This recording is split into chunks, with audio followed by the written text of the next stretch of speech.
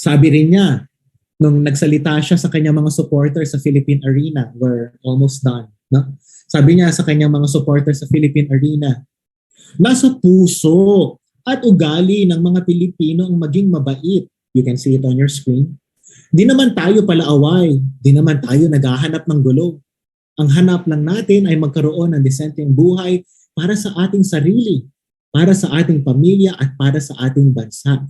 Mahirap pong mag-disagree sa sentence na yan, mga kapatid. The remark is noble and it would be difficult to disagree with the man.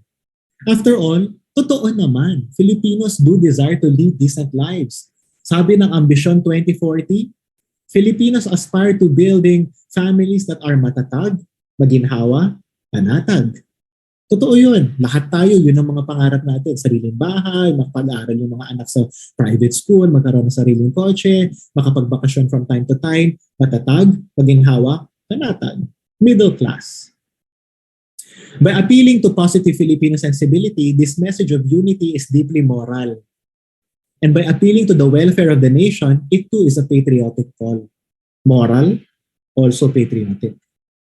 To be sure, the message of unity originates from the campaign itself and has a longer history. In 2016, when he ran for vice president, Marcos Jr. expressed confidence in the promise of unity for national progress. 2016 pa lang, ginagamit niya na ang pagkakaisa bilang kanyang naratibo.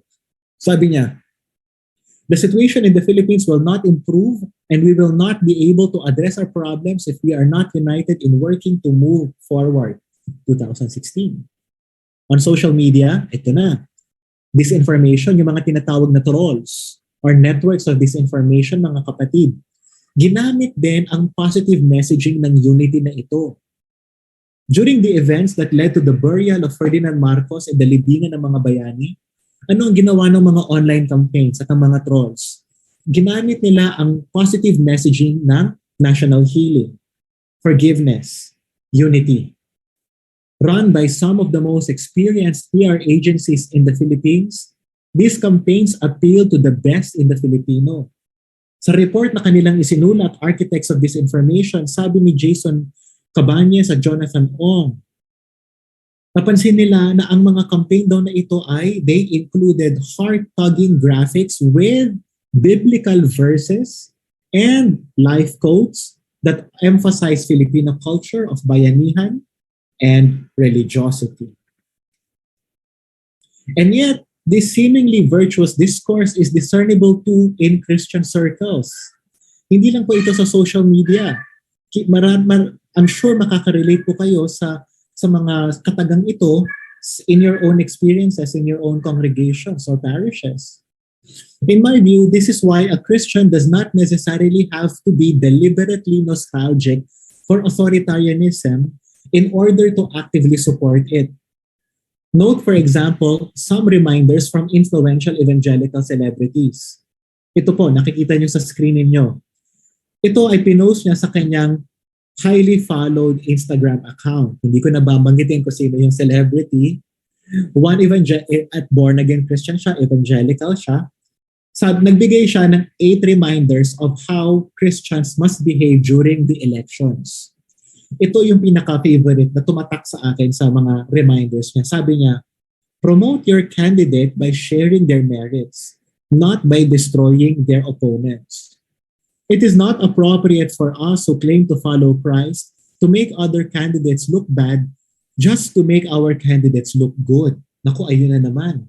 No to negative campaigning, no to hate campaigns, unity tayo, magkakaisa tayo, kung tayong magkipagbangayan. We've seen that sa social media. Now we're picking this up directly from an evangelical celebrity. From a sociological standpoint, bakit po ito mahalaga?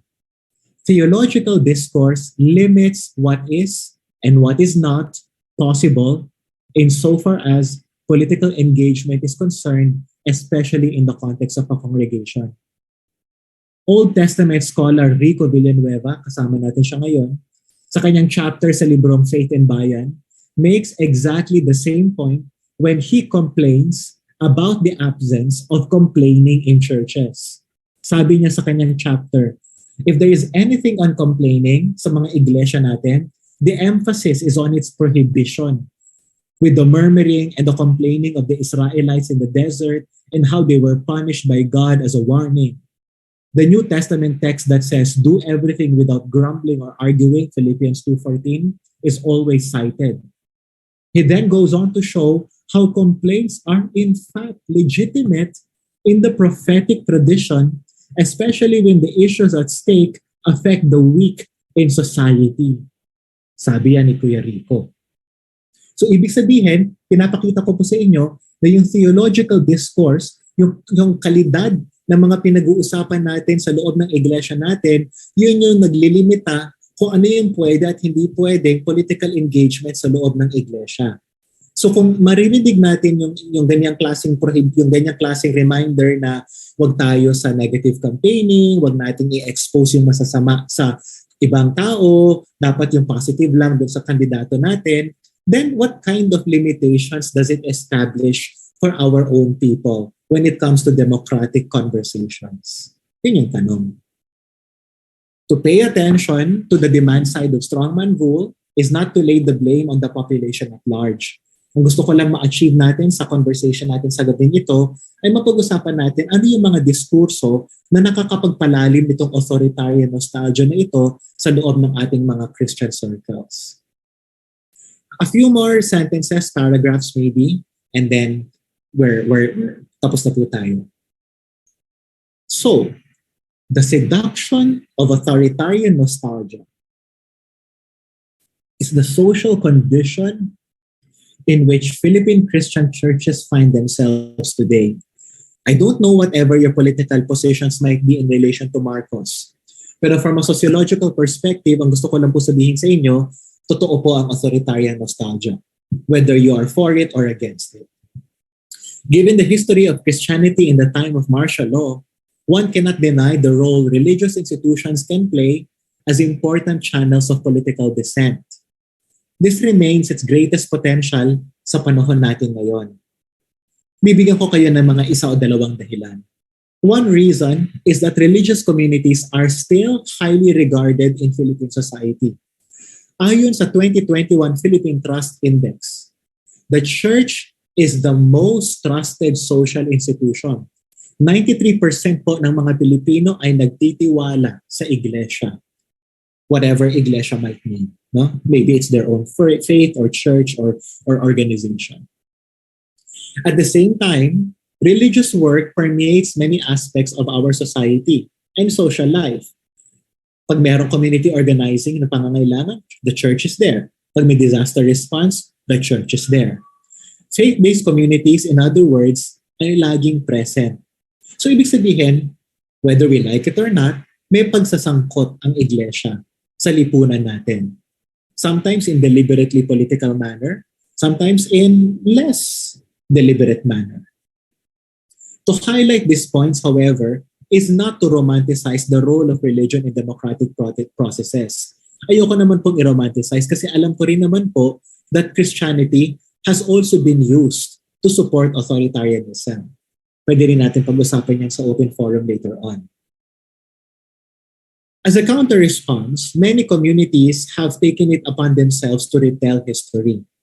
Marami ng mga Christian communities beyond the evangelical circle ang gumawa nito. Halimbawa, yung Association of Major Religious Superiors in the Philippines, nagbitaw sila ng statement. Halimbawa, nung panahon na na-deport si Sister Patricia Fox, naalala niyo siguro siya noong 2018. Nagbitaw sila ng statement tungkol sa pagpapadeport na ito at nirelate nila ito tungkol sa martial law. Hanggang ngayon, ang NCCP, ang mga kapatid natin sa NCCP, National Council of Churches in the Philippines, sabi nila sa kanilang 49th anniversary last year, 49th anniversary ng Declaration of Martial Law last year, sabi niya sa inyang statement, thousands were arrested, tortured, and even killed. Among them were Bishop Laverne Mercado, the General Secretary of NCCP at that time, who was arrested, and Deaconess Filomena Ascension of the United Methodist Church, who was captured and abused before being killed, and many others. So nagbitaw sila ng statement upang ipaalala sa kanilang mga miyembro. Alam din natin na nagbitaw din ng ibang mga religious groups like the Catholic Biblical Association of the Philippines, which is also very ecumenical kasi alam ko si Kuya Rico ay kasama dyan, have even taken the Marcoses to task. Sa isang statement na binitawan nila last year, sabi nila, the Marcoses have not owned their sins despite the evidence of stealing and violation of human rights. Instead, they are making efforts to change history. All of us are accountable for the history of oppression under the Marcos dictatorship. To rectify is the responsibility of us all. So, bilang pagtatapos po ng aking maikling talk ngayon, and I want to give more time sa ating discussion, ating open forum, siguro magbibitaw lang ako ng tanong, how else can we contribute to contesting this authoritarian nostalgia that is already around us, possibly in us, amongst us? How do we do that? Isang posibleng sagot dyan ay yung kahalagahan ng public theology. No?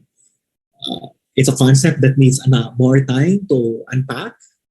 Pero ang kahalagahan ng public, ang sinasabi lang ng public theology is that more theological conversations in the public sphere to contest all these narratives. The contribution of our faith to deepening our understanding of political and social issues. Pero siguro, higit pa doon, higit pa sa criticism na laging na-associate sa public theology, siguro ang tingin ko ay ang mas mahalagang tungkulin or pagkakatawag sa public theology at sa ating people of faith, evangelical community, is casting a more compelling vision. Bakit ko sinasabi yun? Historical revisionism is powerful because it provides a vision. It's a vision that brings us back to the past, an imagined past, a past that did not exist, but it's a vision anyway to which many people are convinced that we should go. Can public theology, can people of faith, evangelicals like us, cast a different vision? A vision that tells the whole people, the public, that maybe this is a better way to go. And I feel that our faith has a lot of resources to do exactly that. The vision of a just society, the vision of a society where love, justice, and mercy and humility prevail. Yung mga ganung klaseng virtues and values and symbols that can contest lies, disinformation, can challenge human rights violations, can challenge theft, pagnanakaw, tax evasion, and can go on and on. Vision, hindi lang siya 10 Commandments versus the one who stole money from us, kundi vision.